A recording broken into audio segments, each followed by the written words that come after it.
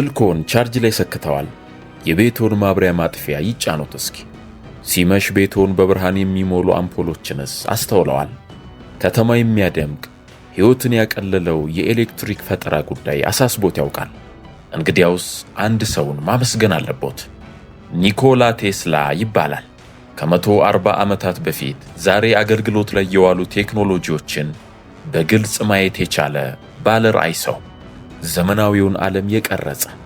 ዓለም ለመብራት አገልግሎት መክፈል የለበትም፣ ሁሉም በነፃ መጠቀም አለበት የሚል ህልም ነበረው። ቴስላ በምርምር እንዳረጋገጠው ዓለማችን ለኤሌክትሪክ የሚሆን ከበቂ በላይ የተፈጥሮ ሀብት አላት። ከሰው ልጅ የሚጠበቀው ይህንን ኃይል አውጥቶ በነፃ መጠቀም ብቻ ነው። በየቤቱ ያሉ አምፖሎችን ለማብራት የተጠላለፉ የመብራት ገመዶችን በየመንገዱ መዘርጋትም አስፈላጊ አይደለም።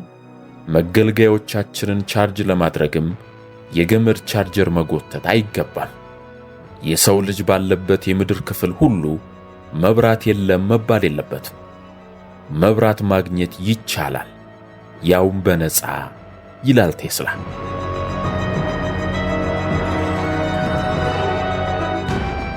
የቴስላ ህልም ቢሳካ ኖሮ ዓለም ዛሬ ላይ የመብራት ኃይልን የሚጠቀመው በነፃ ነበር።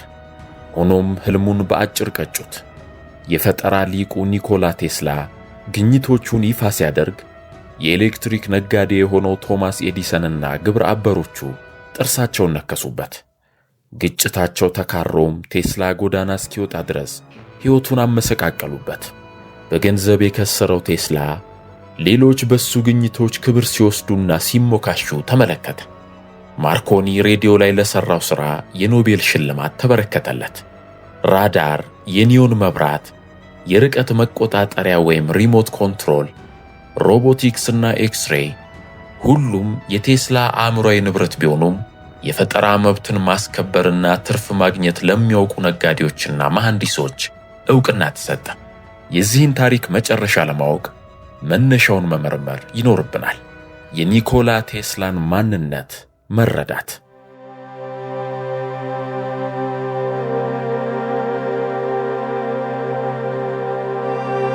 ኒኮላ ቴስላ እንደ አውሮፓውያኑ አቆጣጠር ሐምሌ 10 ቀን 1856 ያኔ በኦስትሪያ ግዛት ስር በነበረችውና አሁን የክሮኤሽያ አካል በሆነችው ሲሚሊያን ከተማ ተወለደ።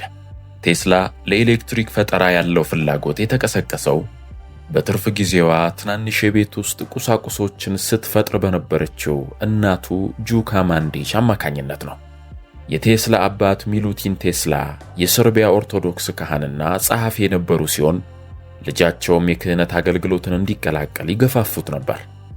ነገር ግን የኒኮላ ፍላጎት ሙሉ በሙሉ በሳይንስ ላይ ያተኮረ ሆነ። ለዚህም ወደ ከፍተኛ ትምህርት አመራ።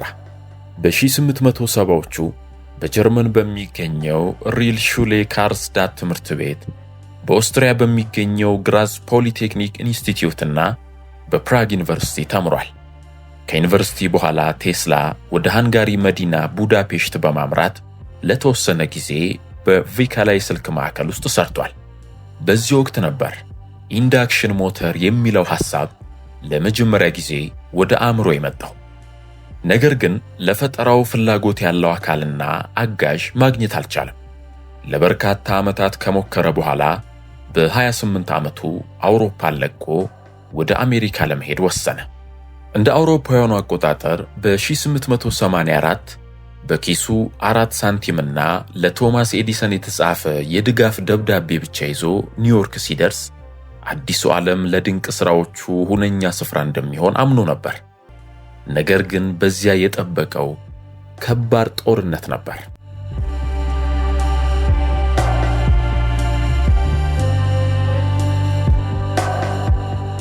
ኒኮላ ቴስላና ቶማስ ኤዲሰን በ1884 ቴስላ አሜሪካ ሲደርስ ከለበሰው ልብስና ለታዋቂው የፈጠራ ሰውና ባለሀብት ቶማስ ኤዲሰን ከተጻፈ የትውውቅ ደብዳቤው ውጭ ምንም አልነበረው። በወቅቱ የኤዲሰን የቀጥታ ስርጭት የኤሌክትሪክ ፍሰት ወይም ዳይሬክት ከረንት ዲሲ ላይ የተመሰረተ የኤሌክትሪክ ሥራ በአገሪቱ ውስጥ በፍጥነት እየተስፋፋ የነበረበት ጊዜ ነበር። ይህ የኤዲሰን ፈጠራ አስተማማኝ ቢሆንም አንድ ትልቅ ጉድለት ግን ነበረው። ኃይል ሳይቀንስ ከ1 ማይል በላይ መጓዝ አይችልም ነበር። ከተሞች በየማዕዘኑ የኃይል ማመንጫ ጣቢያዎች ያስፈልጋቸው ነበር። እናም መንገዶች በአደገኛ የተጠላለፉ ገመዶች ተጨናንቀው ነበር። ኤዲሰን ቴስላን ቀጠረው። ሁለቱ ሰዎች ጎን ለጎን ያለምንም እረፍት በመስራት በኤዲሰን ፈጠራዎች ላይ ማሻሻያዎችን ማድረግ ጀመሩ። ከጥቂት ወራት በኋላ ግን በተጋጨ የቢዝነስና የሳይንስ ግንኙነት ምክንያት ሁለቱም ተለያዩ። ቴስላ የተሻለ መንገድ ነበረው። ተለዋዋጭ የኤሌክትሪክ ፍሰት ወይም አልተርኔቲቭ ከረንት ኤሲ የሚባለው የኤሌክትሪክ ፍሰቱ በየጊዜው አቅጣጫውን እንዲቀይር በማድረግ በጣም ከፍተኛ በሆነ ቮልቴጅ በቀጫጭን ገመዶች በሺዎች የሚቆጠሩ ማይሎችን መጓዝ ይችል ነበር። ኤዲሰን ግን ይህን ሐሳቡን ለመስማት ፈቃደኛ አልነበረም። ኤዲሰን ደካማ የዲሲ ጄኔሬተሮችን እንደገና ለመንደፍ ለቴስላ $50,000 በአሁኑ ጊዜ በሚሊዮኖች የሚቆጠር ገንዘብ ነው ለመክፈል ቃል ገብቶ ነበር። ቴስላ ለወራት ሰርቶ የማይቻል የመሰለውን ነገር አሳካ። እናም ክፍያውን ጠየቀ። የኤዲሰን ምላሽ ግን ቴስላ አንተ የአሜሪካውያንን ቀልድ ገና አልተረዳህም የሚል ነበር። ቴስላ በዚያን ዕለት ሥራውን ለቀቀ። በዘመኑ የነበረው ታላቅ አእምሮ ለመኖር ሲል በቀን $2 በሚያስገኝ የቀን ሥራ ጉድጓድ ለመቆፈር ተገደደ። ነገር ግን ፈጠራን መቅበር አይቻልም። ቴስላ ለኤዲሰን የሠራው ለ6 ወራት ያህል ብቻ ነው።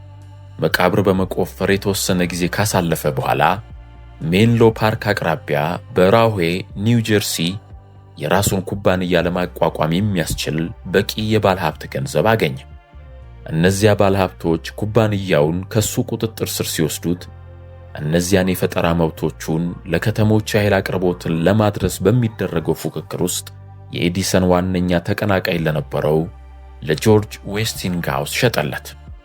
በኤሲና በዲሲ መካከል ያለው ውድድር ከዚያ በኋላ እየጠነከረ የመጣ ሲሆን ኤዲሰን የኤሲ አማራጭ አደገኛና ገዳይ መሆኑን ለማረጋገጥ ሁሉንም አይነት ጥረቶች አድርጓል።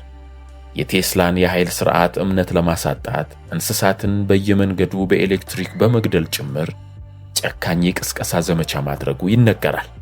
ነገር ግን በዚህ ሁሉ ፈተና ውስጥ አልፈው እንደ አውሮፓውያኑ አቆጣጠር በ1893 ቴስላና ዌስቲንግሃውስ በቺካጎ የተካሄደውን ዓለም አቀፍ ኤግዚቢሽን አሸነፉ።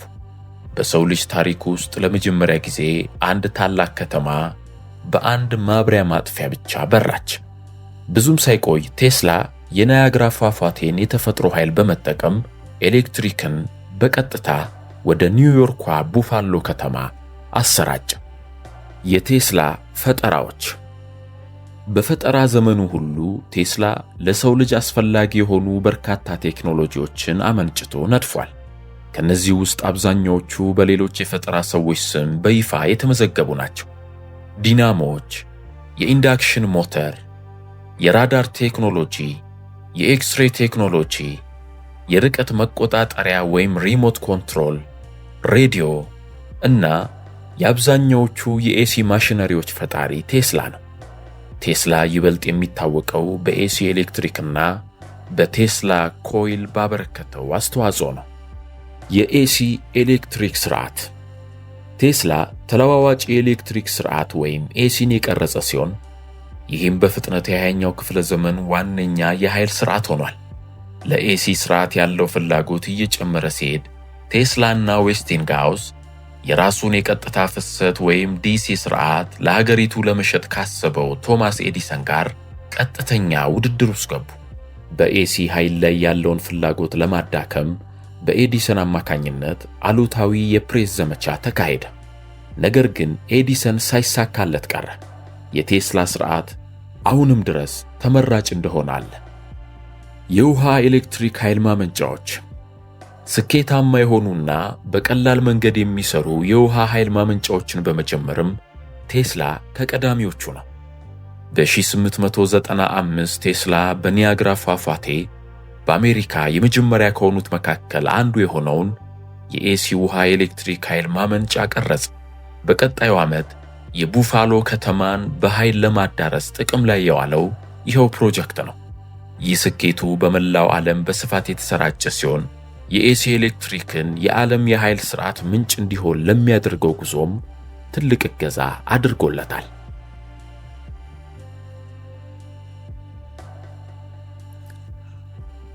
የቴስላ ኮይል በ19ኛው ክፍለ ዘመን መገባደጃ ላይ ቴስላ ለሽቦ አልባ ወይም ዋየርለስ ቴክኖሎጂዎች መሠረት የሆነውንና ዛሬም ድረስ በሬዲዮ ቴክኖሎጂ ውስጥ በከፍተኛ ሁኔታ ጥቅም ላይ የሚውለውን የቴስላ ኮይልን ፈጠራ አስመዘገበ።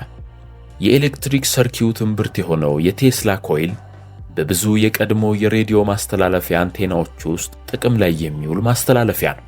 ቴስላ ፍሎረሰንስን፣ ኤክስሬይን፣ ሬዲዮን፣ ሽቦ አልባ ኃይልንና በምድር እንዲሁም በከባቢ አየር ውስጥ ያለውን ኤሌክትሮማግኔቲዝምን ለማጥናት ኮይሉን ተጠቅሞበታል። ሽቦ አልባ ኃይልና የዋርደን ክሊፍ ማማ በተተበተበ የሽቦ የኃይል ማስተላለፊያ ላይ ብርቱ ትችት ይሰነዝር የነበረው ቴስላ ሽቦ አልባ የኃይል ማስተላለፊያ ለመገንባት ብዙ ደክሟል። በ1900 አካባቢ እስከዚያ ድረስ ከሰራቸው ፈጠራዎች ከፍ ያለውን የደፋር ውሳኔ ወሰነ። ይህም በመላው ዓለም መረጃ መጋራት የሚያስችልና ነፃ ኃይልን የሚሰጥ በትልቅ የኤሌክትሪክ ማማ አማካኝነት የሚተላለፍ ዓለም አቀፍ ሽቦ አልባ የግንኙነት ሥርዓት መገንባት ነበር። በወቅቱ ግዙፍ ሀብት የነበረውን ጄፒ ሞርጋንን ጨምሮ ከፍተኛ ባለሀብቶች ባደረጉለት የገንዘብ ድጋፍ በነፃ የኃይል ፕሮጀክት ላይ የጀመረውን ሥራ በከፍተኛ ቁርጠኝነት ቀጠለ። በሎንግ አይላንድ ኒውዮርክ በሚገኝ ቦታ ላይ የኃይል ማመንጫና ግዙፍ የማስተላለፊያ ማማ ያለው ላቦራቶሪ በመንደፍ ዋርደን ክሊፍ ታወር ወይም ቴስላ ታወር እየተባለ የሚጠራውን ማማ ገነባ። ነገር ግን ባለሀብቶቹ የቴስላ ሥርዓት ተግባራዊነት ላይ ጥርጣሬ ገባቸው። የሱ ተቀናቃኝ የሆነው ጉግሌልሞ ማርኮኒ የራሱን የቴስላን 17 የፈጠራ መብቶች በመጠቀም የገመድ አልባ የሬዲዮ ምልክትን በአትላንቲክ ውቅያኖስ ማዶ በተሳካ ሁኔታ ሲያስተላልፍ ሞርጋን የገንዘብ ድጋፉን አቋረጠ። ማርኮኒ በአንድሪው ካርኔጊ እና በቶማስ ኤዲሰን የገንዘብ ድጋፍ የሬዲዮ ቴክኖሎጂዎች ላይ ታላቅ ምርታዎችን ማሳየቱን ሲቀጥል ቴስላ ፕሮጀክቶቹን ከመተው ውጭ ሌላ ምርጫ አልነበረውም። በዚህም በ1906 የዋርደን ክሊፍ ሰራተኞችን መቀነስ ጀመረ። በ1915 ደግሞ ቦታው በዕዳ ተያዘ። ከሁለት ዓመት በኋላም ቴስላ ድርጅቱ መክሰሩን ይፋ አደረገ። ውዝፍ ዕዳውን ለመክፈል ሲባልም ማማው ፈርሶ ብረቱ ተበታትኖ ተሸጠ። የሽቦ አልባ ኃይል ፕሮጀክቱ መዘጋቱን ተከትሎ ቴስላ የስሜት ስብራት ውስጥ ገባ። በአማካሪነት ወደ ሥራ ለመመለስ ቢሞክርም ብዙም አልቆየም። ጊዜን እየተካ ሲሄድ የእሱ ሐሳቦች እንግዳና ተግባራዊ ሊሆኑ የማይችሉ እየሆኑ መጡ። በኒውዮርክ ከተማ መናፈሻዎች ውስጥ ከሚገኙ ርግቦች ጋር ብዙ ጊዜውን ማሳለፍ፣ እነርሱን መንከባከብ ጀመረ። እነ ኤዲሰን ከቴስላ የገንዘብ ድጋፉን ብቻ አልነበረም የቀሙት፣ ሕልሙንና ታሪኩንም ጭምር እንጂ። በገንዘብ የከሰረው ቴስላ ሌሎች በሱ ግኝቶች ክብር ሲወስዱና ሲሞካሹ ተመለከተ። ማርኮኒ ሬዲዮ ላይ ለሠራው ሥራ የኖቤል ሽልማት ተበረከተለት። ራዳር፣ የኒዮን መብራት፣ የርቀት መቆጣጠሪያ ወይም ሪሞት ኮንትሮል፣ ሮቦቲክስ እና ኤክስሬይ ሁሉም የቴስላ አእምሯዊ ንብረት ቢሆኑም የፈጠራ መብትን ማስከበርና ትርፍ ማግኘት ለሚያውቁ ነጋዴዎችና መሐንዲሶች ዕውቅና ተሰጠ። ቴስላ እሱ ራሱ በብርሃን በሞላት ከተማ ውስጥ በብቸኝነት ጨለማ ተዋጠ። ገንዘብ አጥቶ ሂሳብ መክፈል ባለመቻሉ ከአንዱ ሆቴል ወደ ሌላው እየተዘዋወረ ከርግቦች ጋር ጊዜውን ማሳለፍ ብቸኛ አማራጭ ሆነ። እንደ አውሮፓውያኑ አቆጣጠር ጥር 7 ቀን 1943 በ86 ዓመቱ ኒኮላ ቴስላ በኒውዮርክ ማንሃታን በሚገኘው ኒውዮርከር ሆቴል ክፍል 3327 ውስጥ ሕይወቱ አልፎ ተገኘ። በጥቂት ሰዓታት ውስጥ የኤፍቢአይ የውጭ አገር ንብረት ቢሮ ሁሉንም ሳጥኖቹን፣ ማስታወሻ ደብተሮቹንና የምርምር ወረቀቶቹን ወረሰ። ለዓለም የሚያስፈልጋትን ነገር ሁሉ የሰጣት ሰው ምንም ሳይኖረው ሞተ። ፈጠራዎቹን ወሰዱ፣ ገንዘቡንም ቀሙት። እናም ለብዙ አስርተ ዓመታት ስሙን ከታሪክ መዝገብ ላይ ሊፍቁት ሞከሩ። ነገር ግን የገነባውን መጻኢ ዓለም መቼም ቢሆን ሊቀሙት አልቻሉም። ምክንያቱም የቴስላ ስም የሚገኘው በሰዎች የዕለት ተዕለት ኑሮ ውስጥ ነውና። በጨለማው ውስጥ የሰው ልጅ ጨለማን በገፋ ቁጥር፣ ሐኪም ቤት ጎራ ባለ ቁጥር፣ በዘመናዊ ቴክኖሎጂ ዓለም ውስጥ በኖረ ቁጥር ቴስላን አለማመስገን አይችልም። ይህንን ሁሉ የሚያደርገው በኒኮላ ቴስላ የፈጠራ ብርሃን ነውና።